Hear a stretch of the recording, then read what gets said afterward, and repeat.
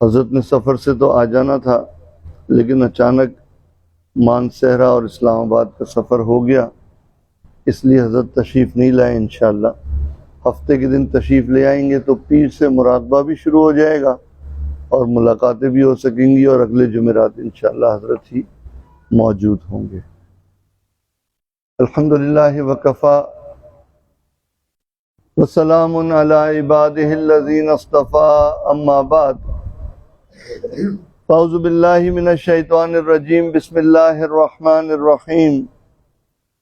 ومن آیاتہ ان خلق لکم من انفسکم ازواجا لتسکنوا الیہا وجعل بینکم مودۃ ورحمہ۔ سبحان ربک رب العزۃ عما یصفون وسلام علی المرسلین والحمد للہ رب العالمین۔ اللہم صلی علی سیدنا محمد وعلی آل سیدنا محمد وبارک وسلم۔ اللہم صلی علی سیدنا محمد وعلی آل سیدنا محمد وبارک وسلم۔ اللہم صلی علی سیدنا محمد وعلی آل سیدنا محمد وبارک وسلم۔ ارشاد باری تعالیٰ ہے، وَمِنْ آیاتہ، اور ہماری نشانیوں میں سے ایک نشانی ہے، ان خلق لکم من انفسکم ازواجا، کہ ہم نے تم میں سے تمہاری بیویوں کو بنایا، لتسکنوا الیہا، تاکہ تم سکون حاصل کرو، وجعل بینکم مودۃ ورحمہ، اور ہم نے اس میں محبت رکھ دی اور رحمت رکھ دی۔ اس آیت مبارکہ سے پتہ چلا کہ اللہ تعالیٰ نے جو یہ شادی کا رشتہ رکھا ہے، یہ ایک ایسا رشتہ رکھا ہے جس سے اللہ تعالیٰ ایک خاندان کی فارمیشن چاہتے ہیں۔ اللہ یہ چاہتے ہیں کہ انسان گناہ کرنے کی بجائے نکاح کرے اور شادی کے بعد اس کے بچے ہوں، ان بچوں کی پرورش کرے، اچھی تعلیم دے، اچھی تربیت کرے، پھر ان کی شادیاں کرے اور ایک خاندان کی فارمیشن ہو۔ تو دین اسلام میں نکاح کرنے کو اللہ نے عبادت فرمایا، اور رسول اللہ صلی اللہ علیہ وسلم نے فرمایا، النکاح من سنتی، کہ یہ نکاح تو میری سنت ہے۔ تو نکاح بھی عبادت ہے، اور نکاح کا جلدی کرنا بھی عبادت ہے۔ دوسرے ادیان میں دیکھا یہ گیا ہے کہ یہ جو نکاح کا کرنا ہے نا، یہ وہ سمجھتے ہیں کہ یہ ایک ڈسٹربنس ہے، جو ہمارا اور ان کے رب کا جو تعلق ہے، اس میں اگر نکاح کر لیں گے تو یہ انسان کی اس روحانیت کو ڈسٹرب کرے گا، اور وہ اپنے رب سے جو کانٹیکٹ اس کا ہے، جو اس کا تعلق ہے، وہ پراپر فارمیشن نہیں ہوگی اس کی۔ جبکہ رسول اللہ صلی اللہ علیہ وسلم نے اس کانسیپٹ کو رد کیا۔ یہ جو کرسچینٹی ہے، یہ کرسچنز جو مرد ہوتے ہیں یہ شادی نہیں کرتے اور یہ پریسٹ والی زندگی گزارتے ہیں، اور جو ان کی عورتیں ہوتی ہیں وہ ننز والی زندگی گزارتی ہیں، وہ بھی شادیاں نہیں کرتی ہیں۔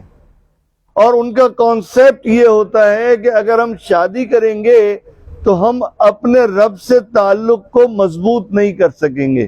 اسی طریقے سے جو بدھسٹ ہوتے ہیں، ان کے جو مرد ہوتے ہیں نا، وہ بھی مانکس والی زندگی گزارتے ہیں، وہ بھی شادی نہیں کرتے۔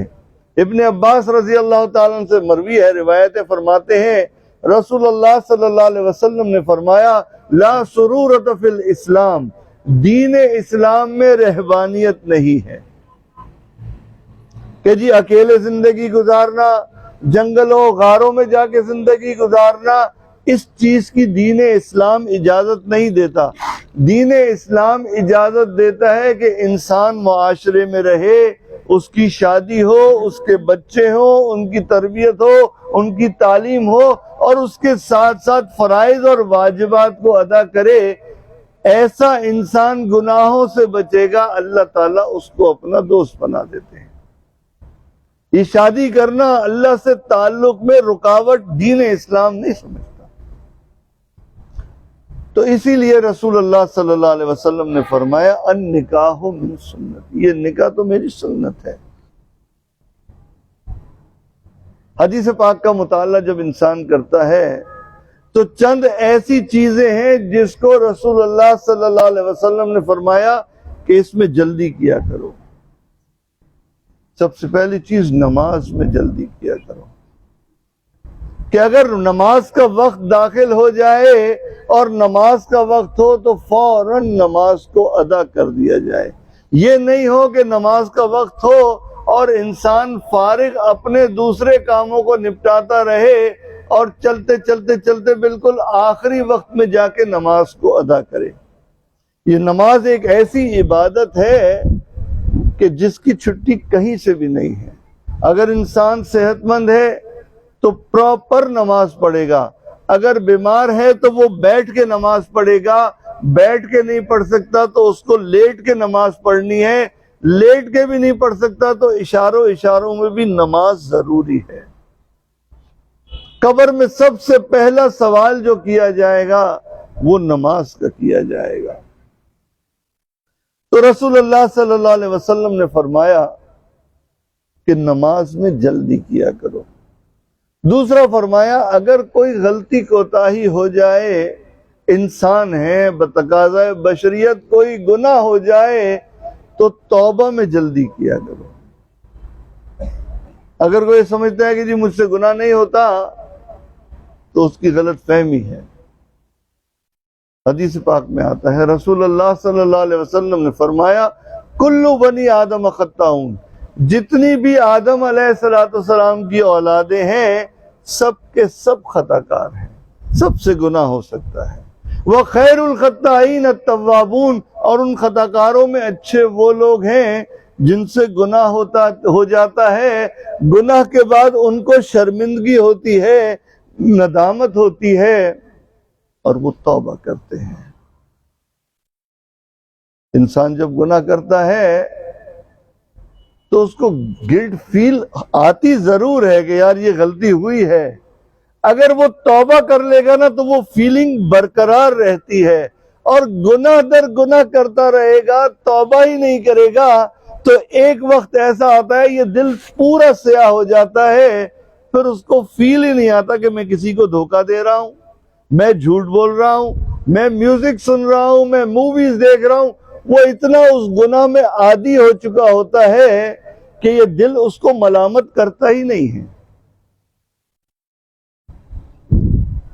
جب انسان کا دل اس قدر سخت ہو جائے کہ گناہ ہو اور اس کو شرمندگی نہ ہو، فجر کی نماز فوت ہو جائے، قضا ہو جائے اور اس کو فیل ہی نہ آئے کہ جی نماز چلو ٹھیک ہے میں ابھی پڑھ لیتا ہوں، کوئی مسئلہ نہیں ہے، یہ بڑی شدید کیفیت ہے کہ کوئی بھی غلطی ہو جائے اگر یہ دل آپ کو اندر سے چبن نہیں دے رہا کہ جی یہ غلط ہو رہا ہے، نہ محرم کو دیکھ رہے ہیں اور پورا وقت دیکھ رہے ہیں اور دل نے ذرا بھی نہیں پریشانی ظاہر کی، یہ بڑی شدید نشانی ہے۔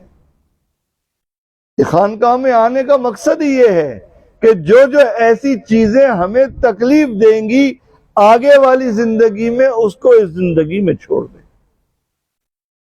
تو فرمایا نماز میں جلدی کیا کرو، فرمایا توبہ میں جلدی کیا کرو۔ تیسری چیز فرمائی اگر کسی سے قرض لیا ہو اور دین کی ادائیگی کی سبیل پیدا ہو جائے تو اس کو آگے پیچھے کرنے سے بہتر ہے کہ قرض کی ادائیگی میں جلدی کیا کرو۔ آج کے زمانے میں قرض لینا ہم سب یاد رہتا ہے کہ جی ٹھیک ہے کسی سے اپنا پیسے لیں اور اپنا کام چلا لیں، لیکن قرض کی جو ادائیگی ہے اس میں ہم یوزولی بہت ڈیلے کرتے ہیں، پیسے جمع بھی ہو جاتے ہیں، وہ وسائل بھی آ جاتے ہیں، لیکن اپنے تقاضوں کو امپورٹنس دیتے ہیں اور جس بیچارے نے ہم پہ ٹرسٹ کیا ہوتا ہے اس کو اور ڈیلے کر رہے ہوتے ہیں۔ یہ ٹیکٹک جو ہے نا یہ دل کو بیمار کرتی ہے۔ یہ دل کو بیمار کرتی ہے کہ ہاں جی ٹھیک ہے دے دیں گے، نیت تو ہے، منع تو نہیں کر رہے۔ اکثر ایسا ہوتا ہے گھر میں والدین کا انتقال ہو جاتا ہے، بھائی بہن کے حصے ہوتے ہیں، اب جس کے ہاتھ میں کمانڈ ہوتی ہے وہ ایک ہی ڈائلاگ 90% بولتا ہے کہ جی نیت ہے دینے کی، منع تھوڑی کر رہا ہوں، میں دوں گا، ابھی نہیں دوں گا، تھوڑے عرصے بعد دوں گا۔ یہ نشانی ہے کہ یہ اندر ایک ایسی عجیب و غریب بیماری ہے جو پیسے دینے ہی نہیں دے رہی، ان کا حصہ دینے ہی نہیں دے رہی۔ تو پہلا فرمایا نماز میں جلدی کر لیا کرو، دوسرا فرمایا توبہ میں جلدی کر لیا کرو، تیسرا فرمایا اگر کسی سے قرض لیا ہے تو قرض کی ادائیگی میں جلدی کر لیا کرو، اور چوتھا فرمایا اگر کوئی فوتگی ہو جائے تو میت کی تدفین میں جلدی کر لیا کرو، اور پانچواں فرمایا اگر بچہ یا بچی جوان ہو جائے، مناسب رشتہ آ جائے تو ان کی شادی میں، ان کے نکاح میں جلدی کر لیا کرو۔ تو نکاح بھی عبادت ہے، نکاح کا جلدی کرنا بھی عبادت ہے، اور نکاح کے بعد میاں بیوی خوشیوں والی زندگی گزارے، یہ بھی عبادت ہے۔ آپ علیہ السلام نے کر کے دکھایا۔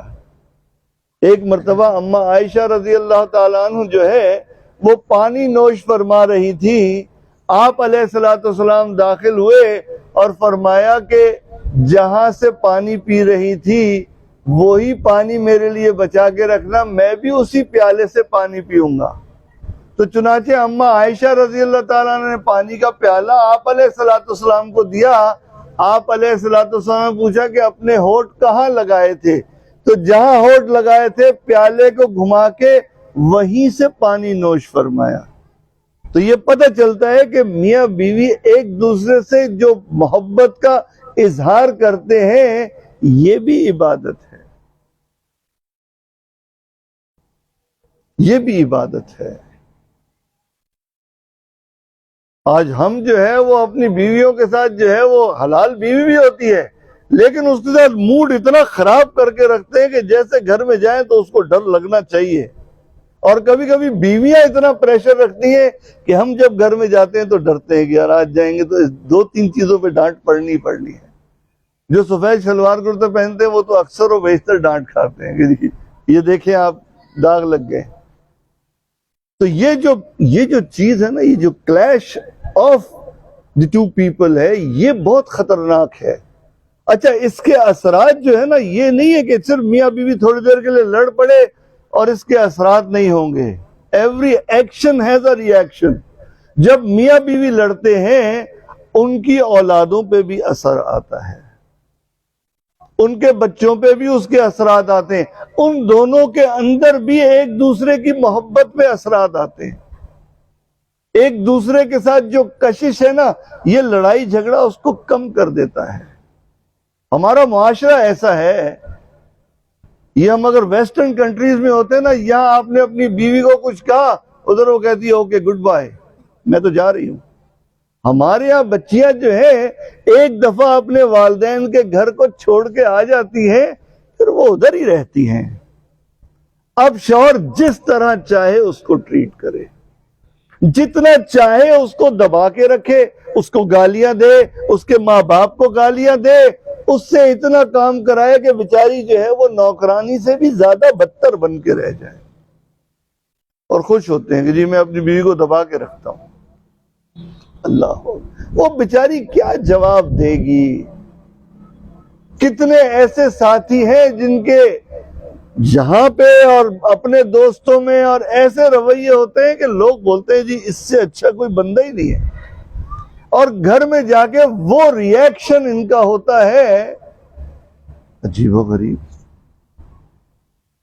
یہ دو چہرے بڑے خطرناک ہو جاتے ہیں۔ تو اپنے گھر میں ماحول کو خوش ہونا چاہیے، جیسے گھر میں داخل ہو تو ہلا گلا ہونا چاہیے، خوشیاں ہونی چاہیے۔ ہمارے گھروں میں انٹرٹینمنٹ کیا ہے؟ نہ ہمارے پاس ٹی وی ہے، نہ ہمارے پاس اسکرین ہے، نہ ہمارے پاس ویڈیوز ہیں، نہ ہمارے پاس گانے بجانے ہیں، نہ ہم آوارہ گردی کرتے ہیں۔ ہمارا انٹرٹینمنٹ تو ہمارا گھر ہے۔ اس گھر میں جتنا اچھا رہیں گے، جتنا خوشیوں سے رہیں گے تو انسان خوش رہے گا، اور جتنی پریشانی گھر میں شو کریں گے، جتنی دیر گھر میں رہیں گے ہم خود بھی پریشان ہوں گے کہ ہاں جی پریشر رکھنا ہی رکھنا ہے۔ جبکہ اللہ تعالیٰ قرآن پاک میں ارشاد فرماتے ہیں کہ جس کی شادی ہوتی ہے اللہ تعالیٰ اس کو 3 انعام دیتے ہیں۔ پہلا فرمایا لِتَسْكُنُوا إِلَيْهَا، کہ اللہ تعالیٰ جس کا نکاح ہوتا ہے اس کو سکون عطا فرما دیتے ہیں۔ آج کل لوگ کہتے ہیں بھائی پہلے تو بڑا سکون تھا، جب سے حاجیانی آئی ہے سکون ہی غائب ہو گیا۔ اس لیے غائب ہو گیا کہ مسٹیکس ہیں ہماری، ہم خود غلطیاں کرتے ہیں، گھر میں سکون نہیں ہوتا۔ سکون تو جب ہوگا کہ جب دونوں پارٹنرز جو ہیں وہ ایک دوسرے کی رسپیکٹ کریں گے، دونوں پارٹنرز ایک دوسرے سے محبت کریں گے، دونوں پارٹنرز ایک دوسرے کا خیال رکھیں گے۔ اس آیت مبارکہ میں اللہ یہی تو فرما رہے ہیں کہ جی میں ایک خاندان کی فارمیشن چاہتا ہوں، میں یہ چاہتا ہوں کہ بندے گناہ نہ کریں، نکاح کریں اور اپنی جو نیڈ ہے جسم کی اس کو اس طرح پورا کریں اور ایک خاندان بنائیں۔ اللہ نے اس میں سکون عطا فرما دیا۔ پہلی چیز ہے لِتَسْكُنُوا إِلَيْهَا، اللہ نے اس میں سکون عطا فرما دیا۔ وَجَعَلَ بَيْنَكُمْ مَوَدَّةً، اور ان دونوں میں محبت رکھ دی، وَرَحْمَةً، اور اس پر رحمت عطا فرما دی۔ یہ 3 انعام اللہ تعالیٰ اس شخص کو دیتے ہیں جس کا نکاح ہوتا ہے۔ اب جو بیٹھے ہیں جو چاہ رہے ہیں کہ یہ 3 انعام مل جائیں، وہ اپنے والدین سے فرمائش کریں کہ جی مجھے نکاح کرا دیں۔ لیکن ہمارے مشائخ نے فرمایا چند ایسی بنیادی مسٹیکس ہمارے بچے کرتے ہیں جس کی وجہ سے یہ جو گھر ہے جس میں یہ 3 انعامات اللہ دیتے ہیں یہ پریشانی کا گھر بن جاتا ہے۔ سب سے پہلی بیسک مسٹیک جو ہمارے یہاں ہوتی ہے وہ ہے امپیشنس اور اینگر، وہ ہے بے صبری اور غصہ۔ چھوٹی سی بھی مسٹیک ہو گئی دونوں میں سے کسی ایک میں، دوسرے نے اس کو اڑا کے رکھ دینا ہے۔ اور غصہ اتنا زیادہ ہم اپنے اوپر حاوی کر لیتے ہیں کہ اگلا بندہ بول ہی نہیں پاتا۔ اور یہ غصہ اتنی خطرناک چیز ہے کہ اکثر و بیشتر غصے میں انسان اتنا زیادہ آگے چلے جاتا ہے کہ پھر پیچھے پلٹ ہی نہیں پاتا، گھر خراب کر دیتا ہے۔ اور غصے کے بارے میں حدیث پاک میں آتا ہے، رسول اللہ صلی اللہ علیہ وسلم نے فرمایا الغضب یفسد الایمان، یہ جو غصہ ہے یہ ایمان میں فساد ڈال دیتا ہے۔ جب انسان کو غصہ آتا ہے یہ شیطان رگوں میں ایسے دوڑتا ہے جیسے خون دوڑتا ہے۔ شیطان مجلس لگاتا ہے، اس کے چیلے آتے ہیں، وہ کہتے ہیں، ایک کہتا ہے جی میں نے 2 دوستوں کے اندر پھوٹ ڈلوا دی، ان کا کاروبار ختم ہو گیا، وہ کہتا ہے بہت اچھا کیا۔ ایک آگے کہتا ہے جی میں نے تو گھر میں ایسی لڑائی کرائی کہ سارا گھر ٹوٹ پھوٹ کے برباد ہو گیا، اس نے کہا جی بہت اچھا کیا۔ ایک آتا ہے میں نے یہ کرا دیا، ایک آتا ہے میں نے یہ کرا دیا۔ ایک چیلا آگے کہتا ہے جی میں نے میاں بیوی میں جھگڑا کرایا اور اس کو اتنی ہوا دی کہ ان دونوں میں طلاق ہو گئی۔ شیطان کہتا ہے تو میرے پاس آ کے بیٹھ، تو میرا صحیح جانشین ہے۔ یہ غصہ جو ہے نا یہ شیطان اتنا آگے لے کے جاتا ہے، چھوٹی چھوٹی بات پہ غصہ آ جاتا ہے۔ تھوڑی سی جو ہے وہ کوئی چیز کی کمی زیادتی ہو گئی، مرد غصہ کرے گا۔ کوئی 1-2 چیزیں مرد بھول گیا تو عورت اتنا غصہ کرتی۔ تو غصہ پہلی ایک غلطی ہے جو نکاح کے بعد لوگ کرتے ہیں اور اس سے گھر خراب ہو جاتے ہیں۔ اور دوسری بنیادی غلطی جو نکاح کے بعد لوگ کرتے ہیں وہ ہے ناشکری۔ اور یہ ناشکری مرد کے دل میں ہوتی ہے، عورت کے زبان پہ ہوتی ہے۔ جتنی اللہ نے نعمتیں دی ہوتی ہیں ان کی طرف نہیں دیکھتے، اور اگر کوئی 1-8 نعمت نہیں ہوتی نا اسی پہ پورا فوکس ہوتا ہے کہ یہ نعمت نہیں ہے۔ اور بار بار اسی نعمت کے بارے میں بات چیت کر رہے ہوتے ہیں جو نعمت نہیں ہوتی. جتنی ساری نعمتیں ہیں اس کو نہیں دیکھتے، اور ایک دو نعمتیں اگر اللہ نے کم دی ہیں تو اس کی طرف فوکس زیادہ ہوتا ہے. اس کو ناشکری کہتے ہیں. اور وہ یہ فیل کرتے ہیں کہ بار بار اس کا تذکرہ کریں گے نا تو یہ چیز ہمارے پاس کہیں سے آ جائے گی. یہ بالکل غلط سوچ ہے. اللہ تعالیٰ نے قرآن پاک میں ارشاد فرما دی، لَإِن شَكَرْتُمْ لَأَزِيدَنَّكُمْ، اگر تم میری نعمتوں پر شکر ادا کرو گے، لَأَزِيدَنَّكُمْ، میں ان نعمتوں کو بڑھا دوں گا، وَلَئِن كَفَرْتُمْ، اور اگر ناشکری کرو گے، إِنَّ عَذَابِي لَشَدِيدٌ، اللہ تعالیٰ فرماتے پھر میرا غصہ بہت تیز ہے. انسان کے پاس بیوی آ جاتی ہے، بچے آ جاتے ہیں، کاروبار ہوتا ہے، بینک بیلنس ہوتا ہے، اتنی عزت ہوتی ہے، کوئی ایک آدھ چیز اگر ڈسٹرب ہوتی ہے اس کے اندر پریشان ہو جاتا ہے. تو پہلی بنیادی مسٹیک ہے اینگر، غصہ اور بے صبری، اور دوسری بنیادی غلطی ہے ناشکری.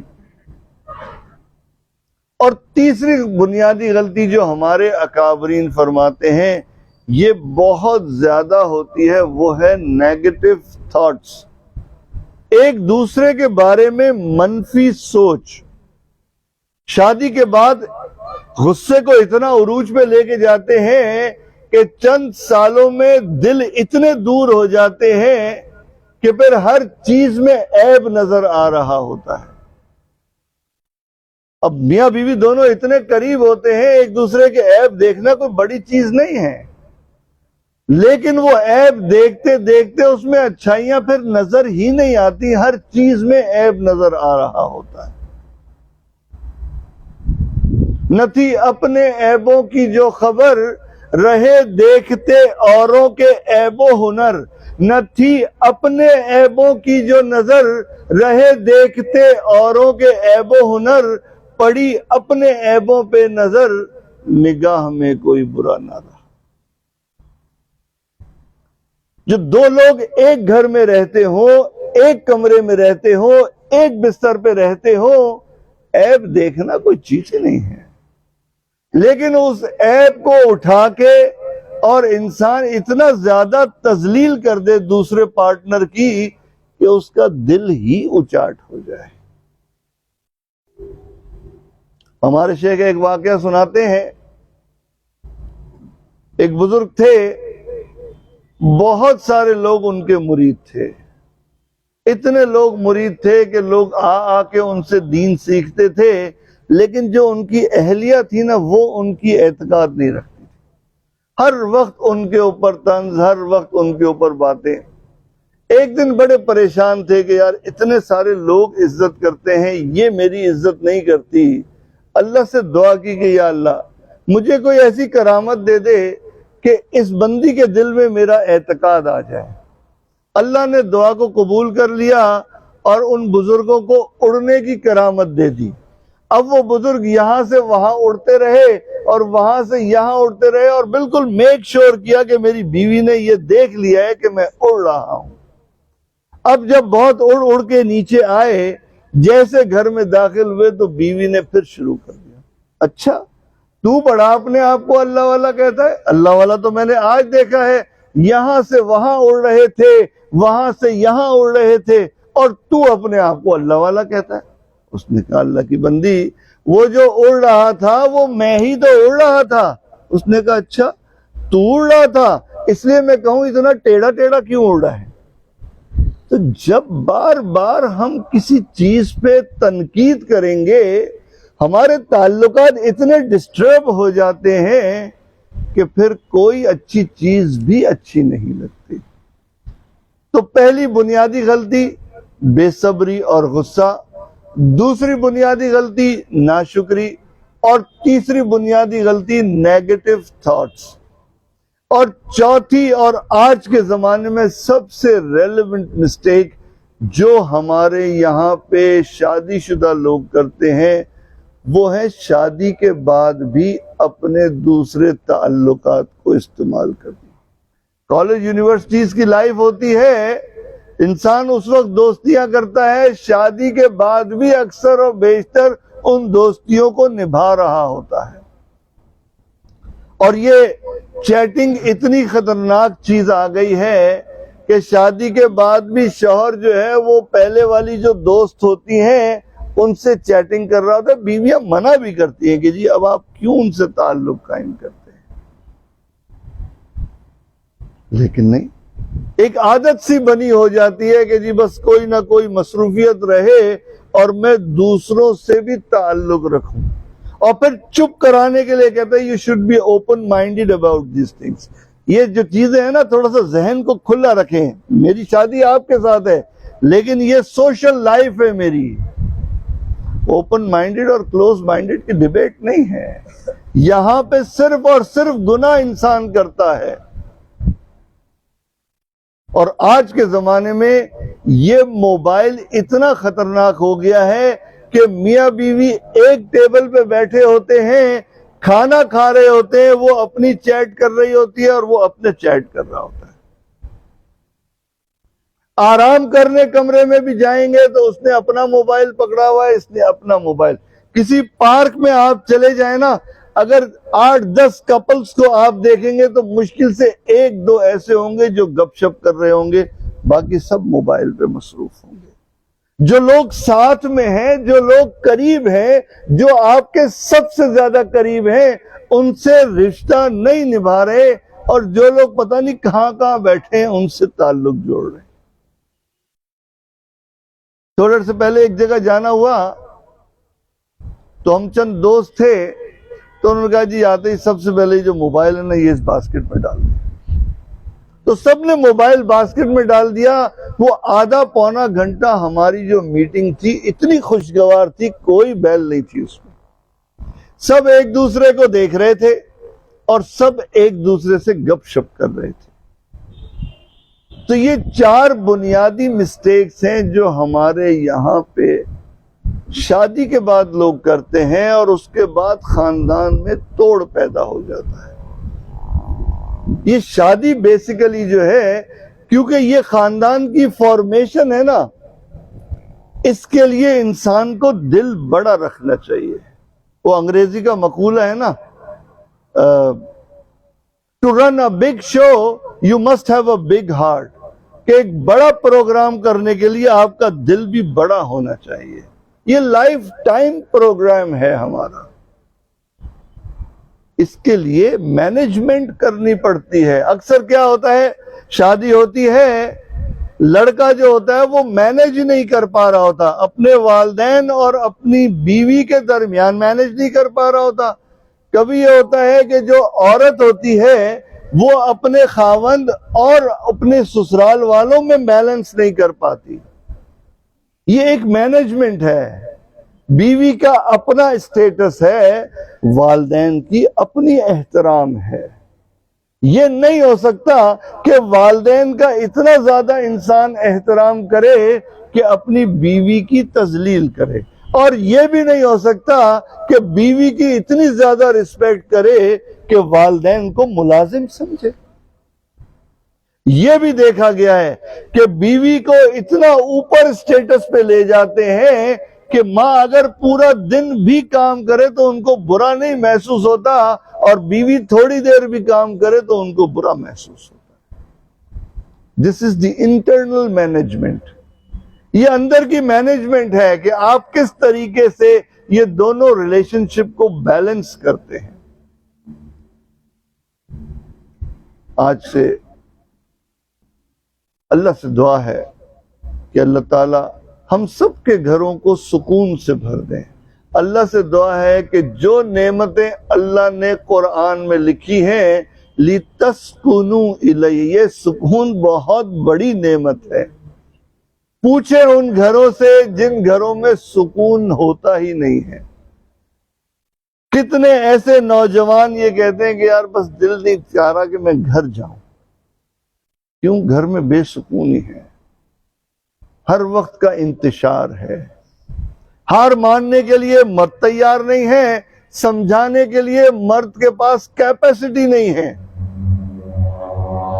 جب مرد سمجھانے کی صلاحیت ہی نہیں رکھے گا گھر میں انتشار ہو. اللہ سے دعا ہے کہ اللہ تعالی ہم سب کے گھروں کو سکون سے بھر دیں. اللہ تعالی ہمارے گھروں میں محبت عطا فرما دیں. اللہ تعالی اپنی رحمت عطا فرما دیں. وآخر دعوانا ان الحمدللہ رب العالمین. تھوڑی دیر کے لیے آنکھوں کو بند کر لیجئے، سر کو جھکا لیجئے. دنیا اور جو کچھ دنیا میں ہے اس سے ہٹ کے اللہ کی یاد میں ڈوب جائیے.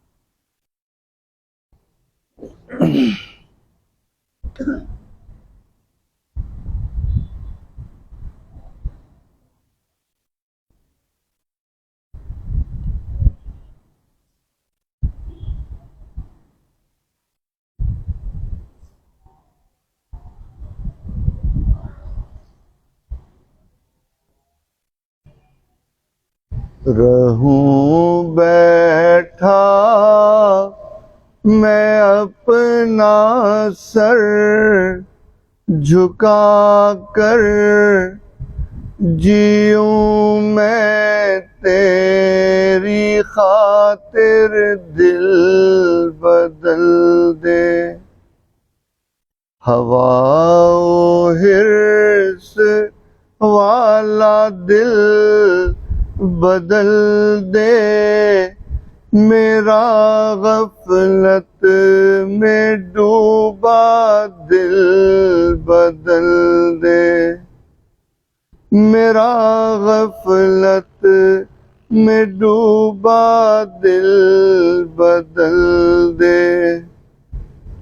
جو ہو دیدار تیرا روز محشر، تو دیکھے مسکرا کر دل بدل دے.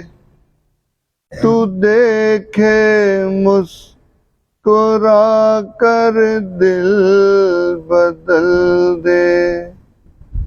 ہوا و حرص والا دل بدل دے، میرا غفلت میں ڈوبا دل بدل دے.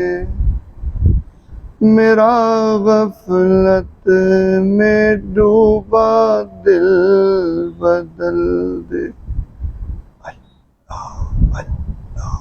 اللہ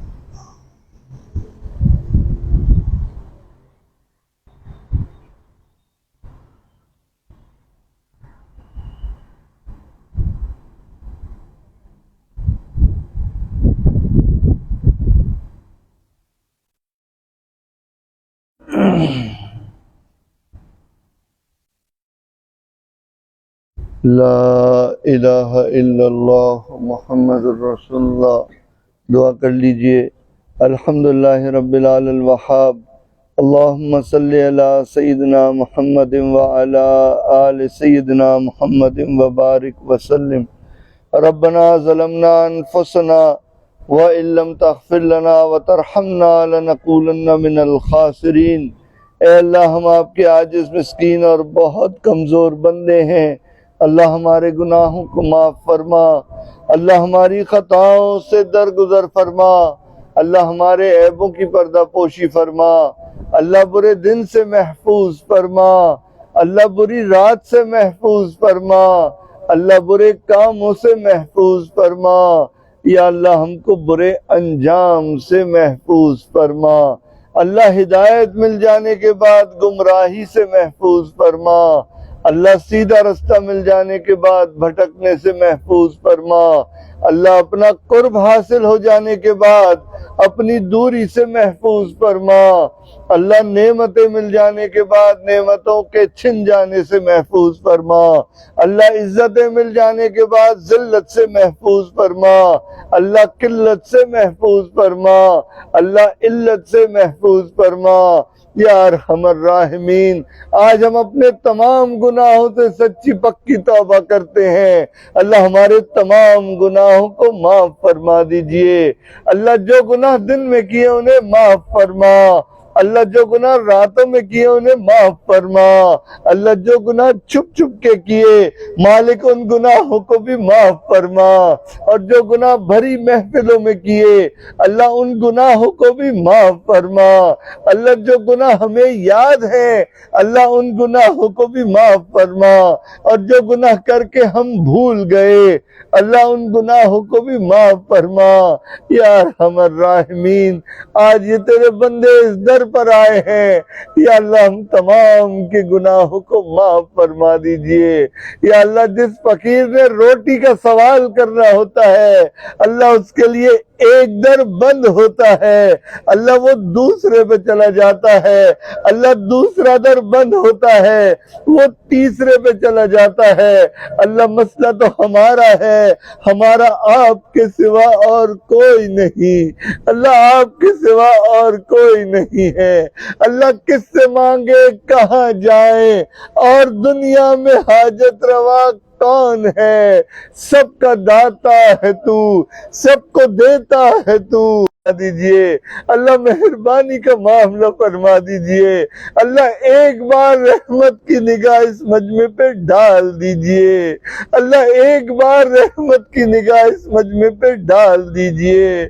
اللہ تیری ایک نگاہ کی بات ہے، ہماری زندگی کا سوال ہے۔ اللہ تیری ایک نگاہ کی بات ہے، ہماری آخرت کا مسئلہ ہے۔ اللہ مہربانی کا معاملہ فرما دیجئے۔ اللہ اٹھتے ہوئے ہاتھوں کی لاج فرما دیجئے۔ یا ارحم الراحمین، حاضرین مجلس کے دل میں جو نیک خواہش ہو، جو جائز مراد ہو اللہ اپنی رحمت سے پورا فرما دیجئے۔ اللہ جو بیمار ہیں ان کی بیماریوں کو دور فرما دیجئے۔ اللہ جو پریشان حال ہے ان کی پریشانیوں کو دور فرما دیجئے۔ اللہ اٹکے ہوئے کاموں کا ہونا آسان فرما دیجئے۔ اللہ الجھے ہوئے کاموں کو اپنی رحمت سے سلجھا دیجئے۔ اللہ ایک بار اپنی رحمت کی نگاہ ڈال دیجئے۔ یا رب العالمین درگزر فرما دیجئے۔ اللہ اپنی رحمت فرما دیجئے۔ یا رب العالمین جن گھروں میں اولادیں ہیں اللہ ان کو نیکوکار بنا دیجئے، فرما بردار بنا دیجئے۔ اللہ والدین کی آنکھوں کی ٹھنڈک بنا دیجئے۔ اللہ جن گھروں میں اولادیں نہیں ہیں اللہ اپنی رحمت سے نیک اور صالح اولاد عطا فرما دیجئے۔ اللہ اپنی رحمت سے نیک اور صالح اولاد عطا فرما دیجئے۔ یا اللہ لوگ دعاؤں کے لیے کہتے ہیں، یا اللہ میسیجز کرتے ہیں، خط لکھتے ہیں، یا اللہ رحمت فرما دیجئے۔ اللہ یہ تیری بڑی عظیم نعمت ہے مالک، اللہ محروم نہ فرمائیے، اللہ محروم نہ فرمائیے۔ یا رب العالمین یا اللہ جب ہم اپنے اولادوں سے دور چلے جائیں گے اللہ آپ ان کے قریب ہوں گے، اللہ اپنی رحمت سے ان کی حفاظت فرما دیجئے گا، اللہ ان کے اعمال کی حفاظت فرما دیجئے گا۔ یا اللہ ان کو ہر قسم کی مشکل پریشانی سے محفوظ فرما دیجئے گا، اللہ ہر فتنے سے ان کی حفاظت فرما دیجئے گا، اللہ دجال کے فتنے سے حفاظت فرما دیجئے گا، اللہ ہماری قیامت تک کے آنے والی نسلوں کے ایمان کی حفاظت فرما دیجئے۔ یا رب العالمین جن گھروں میں جوان بچے بچیاں موجود ہیں اللہ ان کے مستقبل کو روشن فرما دیجئے، اللہ والدین کے لیے فرائض کی ادائیگی کو آسان فرما دیجئے۔ اللہ جن گھروں میں اولادیں یا اللہ بچیاں جوان ہو چکی ہیں والدین پریشان ہیں یا اللہ اپنی رحمت سے نیک اور دیندار گھرانوں کے رشتے عطا فرما دیجئے، اللہ نیک اور دیندار گھرانوں کے رشتے عطا فرما دیجئے۔ یا اللہ ہمارے ملک پاکستان خاندان کی حفاظت فرما دیجئے، اللہ ہمارے تینوں حرم کی حفاظت فرما دیجئے، اللہ ہمیں بار بار اپنے گھر کا دیدار نصیب فرما دیجئے، اللہ بار بار اپنے پیارے محبوب صلی اللہ علیہ وسلم کے مبارک دربار کی قبولیت والی حاضری نصیب فرما دیجئے، اللہ جیسے آپ دیکھنا چاہتے ہیں اللہ ویسا بننے کی توفیق عطا فرما دیجئے، اللہ جس میں آپ راضی ہوتے ہیں وہ اعمال کرنے کی توفیق عطا فرما دیجئے یا رب العالمین۔ ہمارے عزیز اقارب، رشتہ دار، مشائخ، اساتذہ، والدین جو بھی اس دنیا سے فوت ہو چکے ہیں، جو حیات ہیں، اللہ ان سب کی مغفرت فرما دیجئے، اللہ جن کی مغفرت فرما دی اپنے قرب کے اعلیٰ درجات عطا فرما دیجئے، اللہ اس خانقاہ پر اپنی خاص رحمتیں برکتیں نازل فرما دیجئے، اللہ حضرت کے فیض کو دنیا کے کونے کونے تک پہنچا دیجئے، یا اللہ ہر وہ شخص جو اس مبارک خانقاہ میں داخل کے سینے کو تقوی سے منور فرما دیجئے، یا اللہ ہمارے شیخ کی قدم قدم برکتیں شامل حال فرما، یا اللہ جتنی محنت وہ ہمارے لیے کرتے ہیں یا اللہ اس کے بدلے ان کو بہترین اجر اور بدلہ عطا فرما دیجئے۔ ربنا تقبل منا انک انت السمیع العلیم وتب علینا انک انت التواب الرحیم، وصلی اللہ تعالی علی حبیبہ سیدنا محمد وعلی آلہ واصحابہ اجمعین، آمین برحمتک یا ارحم الراحمین۔